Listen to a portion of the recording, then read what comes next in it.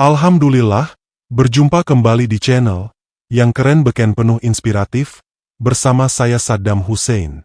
Pada kesempatan ini saya akan mengkisahkan tentang cinta terlarang pengembala dan gembalaannya di balik mimbar gereja. Ayo langsung saja kita simak perjalanan kisahnya berikut ini. Pendeta muda bernama Samuel, 33 tahun, tampan, karismatik, dan penuh wibawa. Ia berasal dari Jawa Tengah dan telah menjadi gembala jemaat di sebuah gereja besar di Semarang. Dengan tutur kata yang lembut, sikap penuh kasih, dan wajah rupawan, ia menjadi panutan banyak orang. Banyak jemaat, terutama para wanita, mengagumi sosoknya. Di antara para jemaat itu, ada satu wanita yang begitu mencolok. Namanya Karina, seorang ibu muda berusia 30 tahun dengan paras cantik, ayu, dan manis. Ia adalah istri dari seorang pengusaha sukses bernama Adrian, yang hampir selalu bepergian ke luar kota, mengurus bisnisnya. Adrian hanya pulang setiap 2 bulan sekali, meninggalkan Karina dalam kesepian yang mendalam di rumah megahnya. Setiap minggu, Karina datang ke gereja dengan pakaian yang selalu rapi dan anggun. Ia duduk di barisan depan, mendengarkan setiap khotbah Samuel dengan penuh perhatian. Tatapannya tidak sekadar mencari pencerahan rohani, tetapi juga menyimpan sesuatu yang lebih dalam, tatapan penuh kekaguman dan godaan yang terselubung. Suatu hari, setelah kebaktian selesai, Karina sengaja menunggu Samuel di luar gereja. Ketika pria itu keluar dari ruangannya, Karina menghampirinya dengan senyuman manis. "Pendeta Samuel, khotbah Anda hari ini benar-benar menyentuh hati saya," ujar Karina dengan suara lembut. Samuel tersenyum ramah. "Puji Tuhan, Ibu Karina. Saya senang jika firman Tuhan bisa menguatkan hati Anda." Karina menunduk sedikit, lalu menatap Samuel dengan sorot mata yang sulit diartikan. "Kadang, saya merasa butuh lebih dari sekadar firman. Saya merasa kesepian, dan terkadang sulit menemukan kedamaian dalam hati." Samuel sedikit tertegun. Ia memahami maksud tersirat dalam kata-kata Karina. Sebagai pendeta, ia tahu batasan yang seharusnya ia jaga. Namun, di balik sikap religiusnya, Samuel juga seorang pria biasa yang bisa tergoda. Kalau Ibu Karina butuh seseorang untuk berbagi cerita, gereja selalu terbuka. "Saya siap menjadi pendengar yang baik," jawab Samuel dengan nada berusaha menjaga batas. Karina tersenyum tipis. "Terima kasih, pendeta. Mungkin suatu hari nanti kita bisa bicara lebih dalam. Tapi, bukan di gereja. Saya ingin berbicara tanpa ada orang lain yang melihat." Samuel merasakan getaran aneh dalam dirinya. Ini bukan sekadar permintaan jemaat yang membutuhkan bimbingan rohani.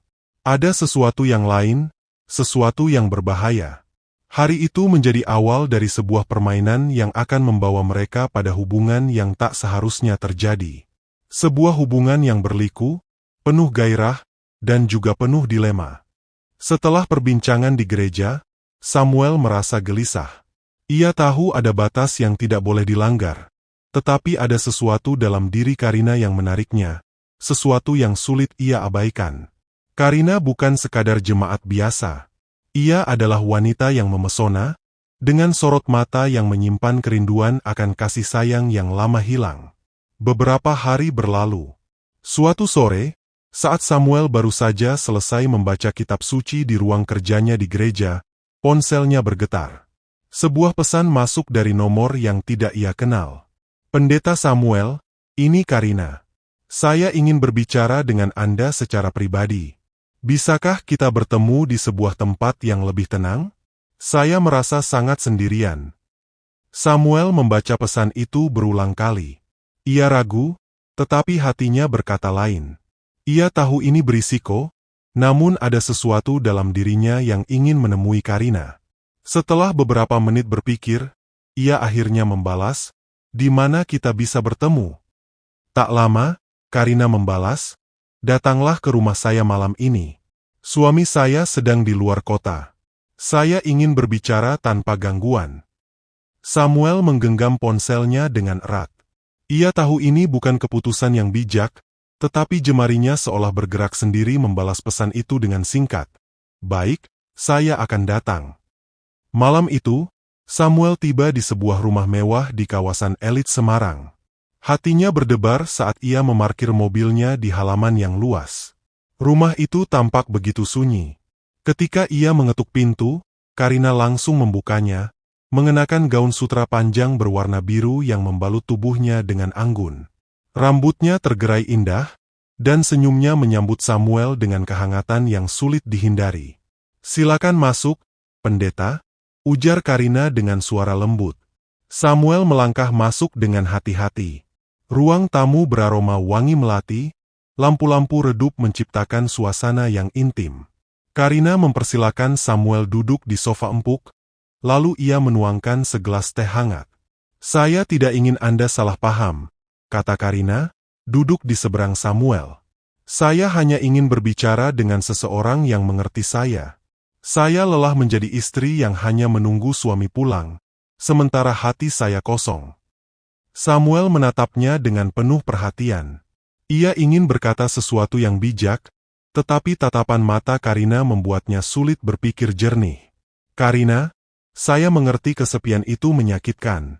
Tapi, apakah ini cara yang tepat untuk mengatasinya?" Karina tersenyum tipis, lalu mengulurkan tangannya, menyentuh jemari Samuel dengan lembut. "Pendeta, saya hanya ingin merasa dicintai, walau hanya untuk sesaat." Samuel merasakan gelombang perasaan yang menghantamnya. Ia tahu ini salah, tetapi tubuhnya enggan menjauh. Malam itu, batas yang seharusnya mereka jaga mulai kabur. "Sahabat inspiratifku yang berbahagia." Samuel menatap jemari Karina yang menggenggam tangannya. Sentuhan itu begitu lembut, mengirimkan gelombang hangat yang merambat ke seluruh tubuhnya. Hatinya berdebar kencang. Ia tahu ini adalah titik kritis, langkah kecil yang bisa membawanya pada jurang yang dalam. "Karina, ini tidak benar," gumam Samuel, suaranya nyaris bergetar. Karina tidak langsung menjawab. Ia hanya menatap Samuel dengan mata yang berkabut. "Ada luka di sana. Luka karena kesepian, luka karena merasa tidak dicintai. Saya hanya ingin merasakan kebahagiaan, Samuel," bisiknya pelan. "Bukan sebagai istri seorang pengusaha kaya, tapi sebagai seorang wanita." Hati Samuel berperang. Akal sehatnya berteriak bahwa ia harus pergi, tetapi di sisi lain, ada sesuatu dalam dirinya yang menginginkan wanita di hadapannya ini. Karina bukan sekadar jemaat yang butuh bimbingan rohani. Ia adalah wanita yang menghadirkan perasaan yang belum pernah Samuel rasakan sebelumnya. Perasaan yang liar, berbahaya, tetapi juga begitu menggoda. Karina bangkit dari duduknya, berjalan mendekat ke arah Samuel, lalu duduk di sampingnya. Wangi tubuhnya begitu khas, bercampur dengan aroma melati yang semakin menusuk kesadaran Samuel.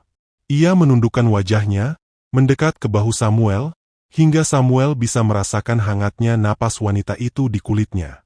"Saya tidak meminta banyak, Samuel," ucap Karina dengan suara lirih. "Hanya sedikit perhatian. Sedikit kehangatan yang selama ini tidak pernah saya dapatkan."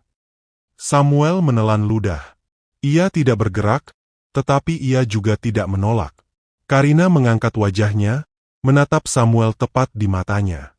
Dalam detik-detik yang terasa begitu panjang, Samuel melihat sesuatu dalam diri Karina, kerapuhan, hasrat, dan juga keberanian untuk melawan batas yang selama ini mengurungnya.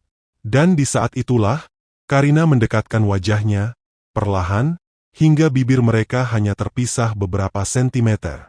Samuel bisa mencium aroma manis dari napasnya, lalu bibir mereka bersentuhan yang menyatukan hasrat yang penuh menggelora. Sentuhan awal itu mereka bisa merasakan betapa tipisnya batas antara dosa dan keinginan yang menghanyutkan. Namun, tepat sesaat bibir mereka bersentuhan hasrat menggelora, ponsel Karina bergetar di atas meja. Mereka berdua tersentak. Karina segera meraih ponselnya, melihat layar dengan ekspresi tegang. "Suami saya menelepon," bisiknya, suaranya berubah cemas. Samuel langsung tersadar. Ia segera menarik dirinya, berdiri dengan gelisah. Ini adalah peringatan. Peringatan bahwa mereka hampir melangkah terlalu jauh. Karina menghela napas, lalu mengangkat telepon. Halo, sayang. Ya, aku di rumah. Tidak, aku tidak pergi kemana-mana. Samuel menatap Karina yang berusaha berbicara dengan nada biasa, tetapi sorot matanya berkata lain. Ada ketakutan, ada penyesalan, tetapi juga ada sesuatu yang lain, sesuatu yang masih membara di sana. Saat telepon berakhir, Karina menatap Samuel dengan mata yang sulit diartikan. Mungkin, kita terlalu terburu-buru, ucapnya pelan. Samuel mengangguk cepat. Aku harus pergi. Karina tidak menahannya. Ia hanya berdiri di sana, melihat Samuel melangkah pergi, tetapi dengan tatapan yang seakan berkata, ini belum berakhir. Dan Samuel tahu, ini memang belum berakhir. Malam itu, Samuel mengemudi dengan pikiran berkecamuk. Bayangan wajah Karina, tatapan matanya yang sendu, sentuhan jemarinya yang lembut, semuanya masih melekat di benaknya. Ia tahu perasaannya sudah melewati batas, tetapi ada bagian dari dirinya yang tidak bisa menghindari pesona wanita itu. Di rumahnya, Samuel mencoba menenangkan diri. Ia berdoa, meminta kekuatan untuk menahan godaan. Namun, setiap kali ia menutup mata, bayangan Karina kembali muncul. Kesepian yang dirasakannya selama ini sebagai seorang pendeta muda, tanpa pasangan hidup, tiba-tiba terasa lebih nyata. Dan seolah takdir memang menguji imannya, ponselnya bergetar. Sebuah pesan dari Karina muncul di layar. Terima kasih sudah datang malam ini. Aku tahu seharusnya kita tidak seperti ini. Tapi, aku tidak bisa mengabaikan perasaan ini.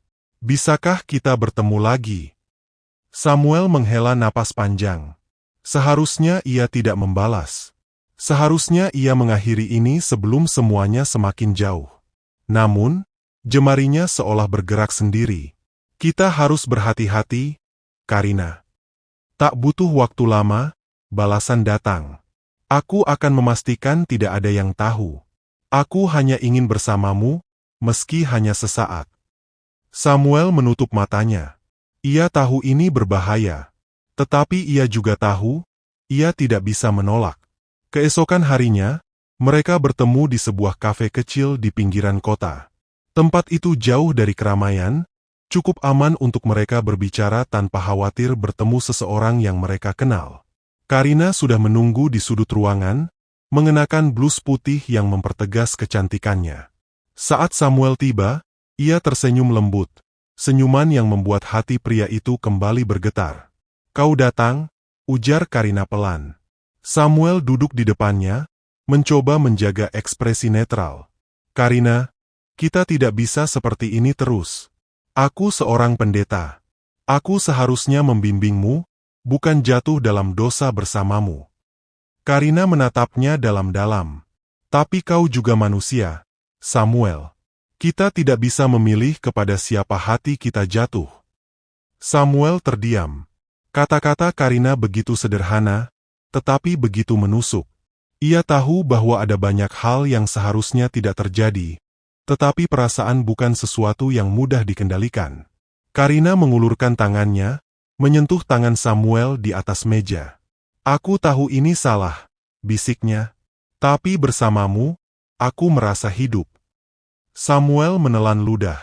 Ia ingin menarik tangannya, ingin pergi dari sana. Namun, sesuatu dalam dirinya tidak mengizinkan.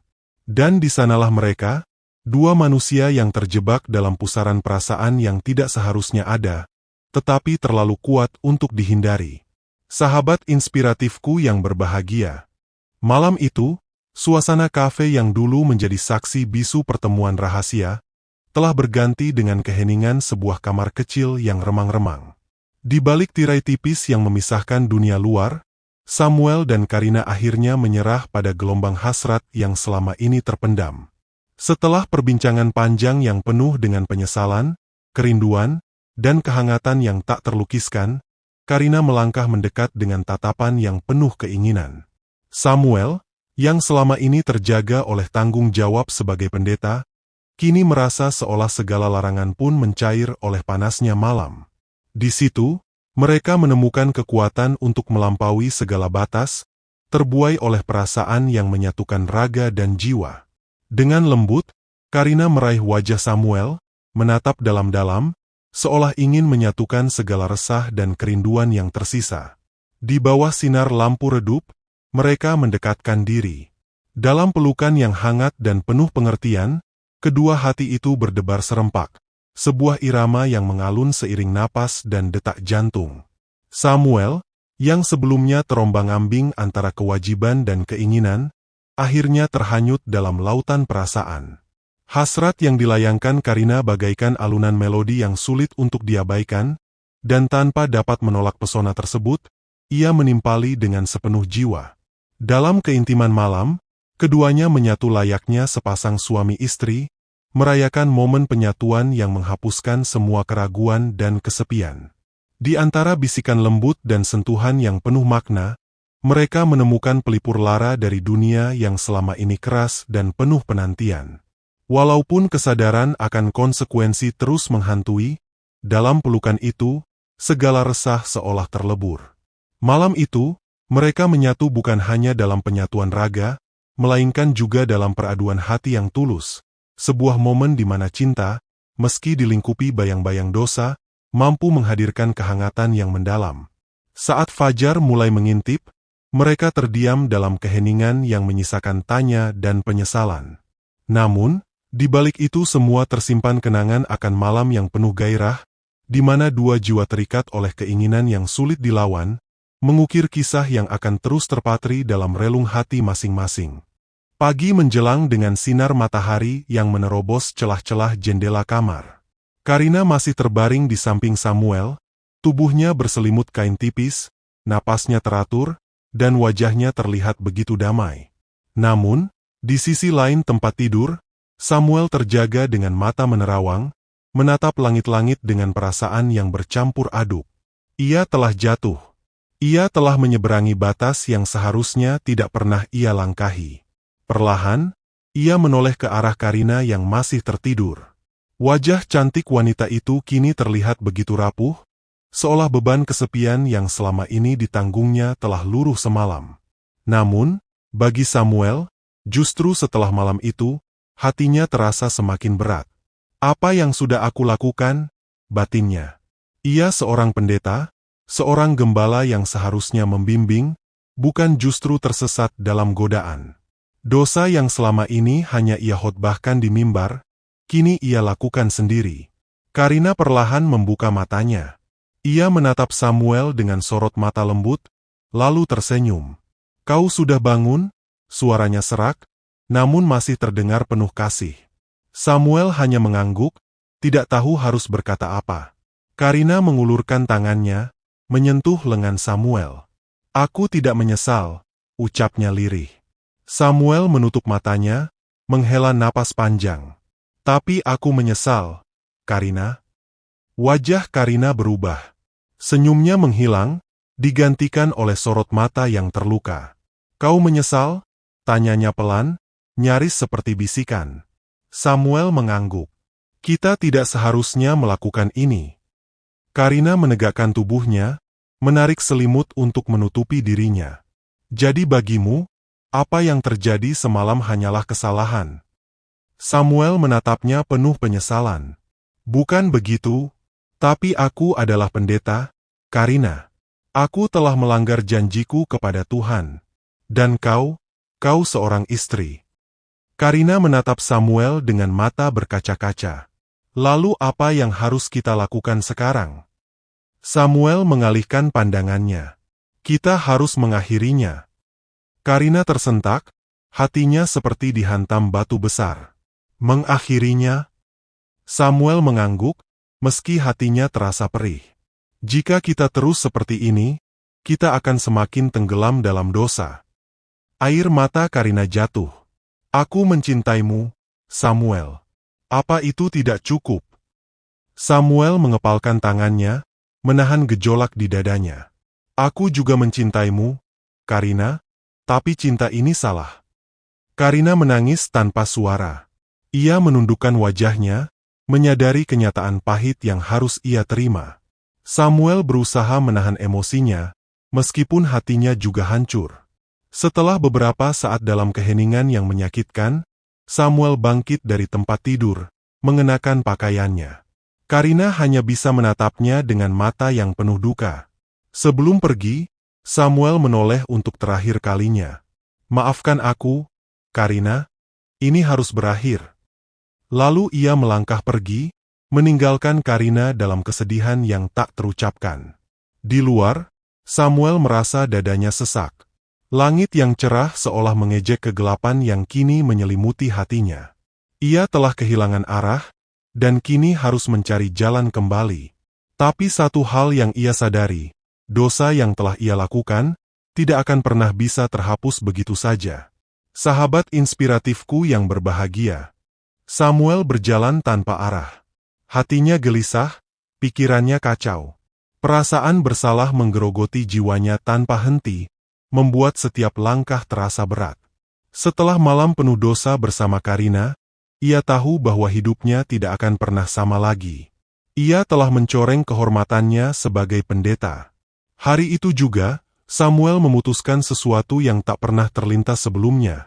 Ia mengundurkan diri dari jabatannya sebagai pendeta dan meninggalkan komunitasnya. Ia merasa tidak lagi layak berdiri di mimbar, memberikan nasihat kepada jemaat, sementara dirinya sendiri telah tersesat. Tanpa tujuan yang jelas, Samuel melangkah pergi dari gereja yang selama ini menjadi tempatnya mengabdi. Ia berjalan jauh, menyusuri jalanan kota, hingga tanpa sadar tiba di sebuah terminal bus yang ramai. Ia duduk di sebuah kedai kopi kecil dengan papan bertuliskan Kopi Kapal Api, sebuah tempat sederhana di sudut terminal.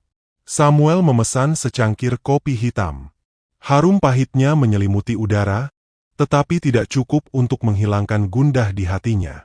Ia menghela napas panjang, menatap kosong ke dalam cangkirnya, mencoba mencari jawaban atas kegelisahan yang terus menghantuinya.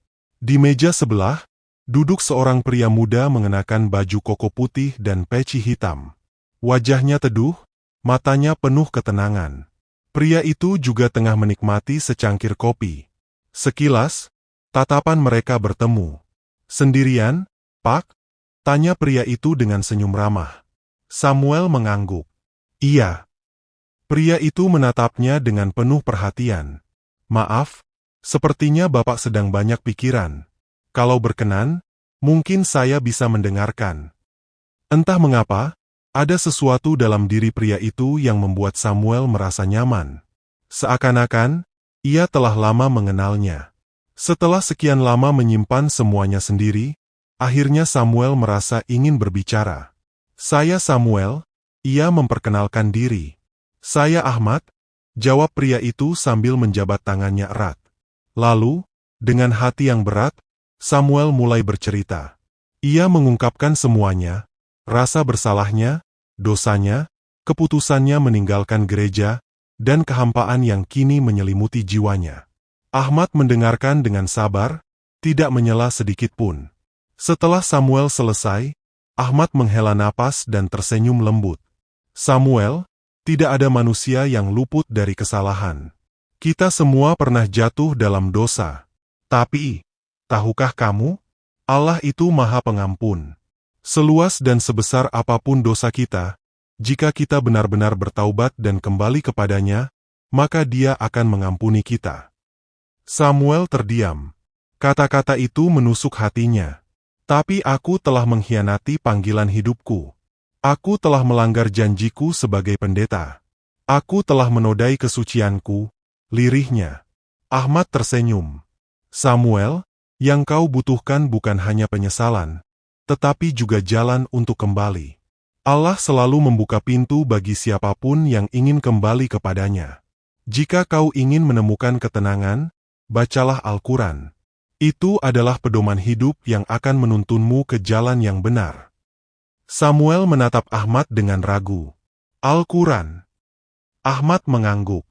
"Ya, di dalamnya ada petunjuk bagi mereka yang mencari kebenaran. Jika hatimu resah, bacalah. Insya Allah, kau akan menemukan jawaban yang selama ini kau cari." Hari itu, Ahmad memberikan sebuah Al-Quran kecil kepada Samuel. Dengan hati yang masih dipenuhi keraguan, Samuel menerimanya. Malam harinya, di kamar kecil yang ia sewa, ia membuka lembaran kitab itu untuk pertama kalinya. Awalnya, ia membaca tanpa memahami. Namun, semakin dalam ia membaca, semakin hatinya bergetar.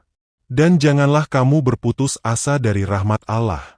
Sesungguhnya Allah mengampuni dosa-dosa semuanya.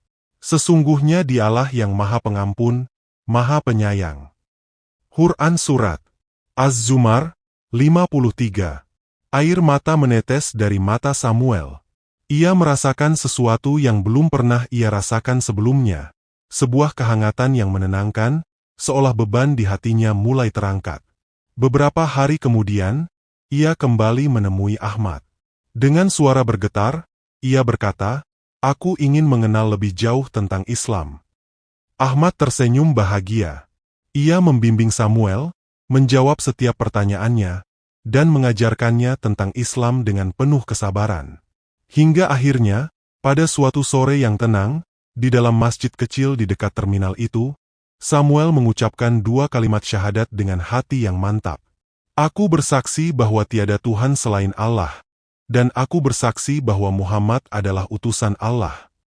Saat kalimat itu meluncur dari bibirnya, Samuel merasa seolah beban yang selama ini menghimpitnya telah menghilang. Hatinya terasa damai, lebih damai dari yang pernah ia rasakan seumur hidupnya. Kini, ia telah menemukan kebenaran. Ia telah menemukan jalan yang selama ini ia cari. Dalam cahaya Islam, ia menemukan kedamaian yang hakiki. Setelah mengucapkan 2 kalimat syahadat, Samuel, atau kini ia lebih suka dipanggil dengan nama barunya, Salim, merasakan ketenangan yang tak pernah ia rasakan sebelumnya. Sebuah perasaan damai yang tak bisa dijelaskan dengan kata-kata. Seolah-olah beban yang selama ini menekan jiwanya telah diangkat, digantikan dengan cahaya yang membimbingnya ke jalan yang benar. Ustaz Ahmad menepuk bahunya dengan lembut. "Selamat datang dalam Islam, saudaraku. Hari ini, kau seperti bayi yang baru lahir, tanpa dosa. Allah telah mengampunimu." Salim menunduk, air matanya kembali mengalir. "Aku tak menyangka bahwa Allah begitu Maha Pengampun dan Maha Penyayang. Aku pikir, setelah segala dosaku, aku tak akan pernah bisa dimaafkan." Ahmad tersenyum. "Itulah kasih sayang Allah, Salim. Selama kita mau bertaubat dengan sungguh-sungguh, Dia akan menerima kita dengan tangan terbuka." Hari-hari berikutnya, Salim mulai belajar tentang Islam dengan lebih mendalam. Ia membaca Al-Quran setiap hari, mendengarkan ceramah, dan bertanya banyak hal kepada Ahmad. Ada banyak hal yang sebelumnya tidak ia pahami, tetapi semakin lama ia belajar, semakin ia menemukan kebijaksanaan yang selama ini ia cari. Ia juga mulai merasakan kedekatan dengan Allah dalam setiap salat yang ia lakukan. Setiap sujudnya menjadi sebuah pengakuan, setiap doa yang ia panjatkan terasa begitu nyata. Namun, di balik itu semua, ada satu hal yang masih mengganjal di hatinya, Karina.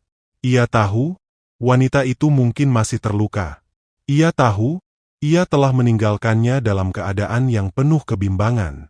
Dan meskipun ia telah memilih jalan baru, ia merasa harus menutup lembaran masa lalunya dengan benar.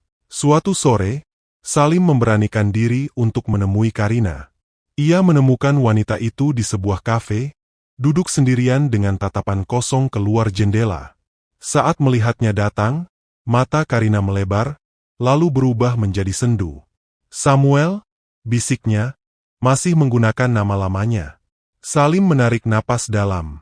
"Aku bukan Samuel lagi, Karina. Namaku sekarang Salim." Karina mengerutkan kening.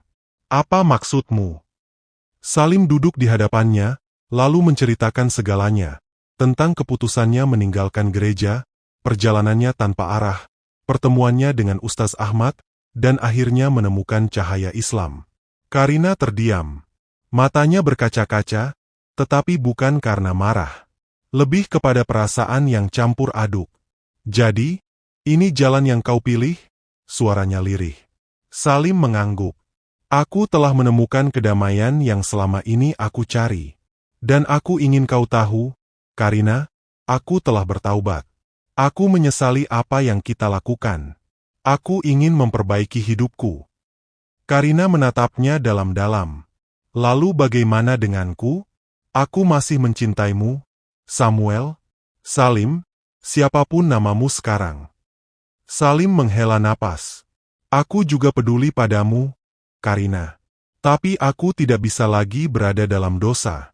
Jika kau masih merasa kosong, jika kau masih mencari kebahagiaan, mungkin kau juga perlu mencari kebenaran. Karina menunduk, menggigit bibirnya. Ada pertarungan dalam dirinya. Aku tak tahu, Salim. Aku hanya ingin bahagia. Aku kesepian. Salim tersenyum lembut. Kebahagiaan sejati bukan dari hubungan terlarang, Karina. Kebahagiaan sejati adalah ketika kita dekat dengan Sang Pencipta. Jika kau ingin tahu apa yang kurasakan, bacalah Al-Quran. Mungkin di sana, kau juga akan menemukan jawaban. Karina terdiam lama. Setelah beberapa saat, ia mengangguk pelan. Aku akan mencoba. Salim tersenyum. Itu cukup baginya. Semoga Allah membimbingmu, Karina, katanya sebelum bangkit dan pergi. Hari itu, ia merasa telah menutup lembaran lamanya dengan baik. Tidak ada kebencian, tidak ada dendam. Hanya keinginan untuk melihat Karina juga menemukan cahaya yang telah ia temukan. Melangkah menuju masa depan. Kini, Salim memulai hidupnya dari awal. Ia memilih untuk tinggal di sebuah pesantren kecil, memperdalam Islam, dan belajar bagaimana menjadi seorang Muslim yang lebih baik. Hidupnya tidak lagi dihantui oleh masa lalu, tetapi diarahkan oleh cahaya masa depan. Dan dalam setiap sujudnya, ia selalu berdoa, "Ya Allah, bimbinglah aku di jalan MU. Jadikan aku hamba yang lebih baik, dan berikan petunjuk kepada mereka yang masih mencari." Hatinya kini damai, karena ia tahu, ia telah menemukan rumah sejatinya dalam Islam. Demikian kisah ini saya sajikan, semoga bermanfaat menambah literasi, cakrawala berpikir dan menginspiratif, untuk tetap berada di dalam kebaikan naungan cahaya petunjuk Allah Ta'ala, di dalam kehidupan ini. Sampai berjumpa kembali di kisah inspiratif berikutnya. Atas segala perhatian dan dukungan sobatku saya ucapkan terima kasih. Semoga menjadi nilai kebaikan. Saya mohon pamit undur diri dengan mengucapkan, wassalamualaikum warahmatullahi wabarakatuh.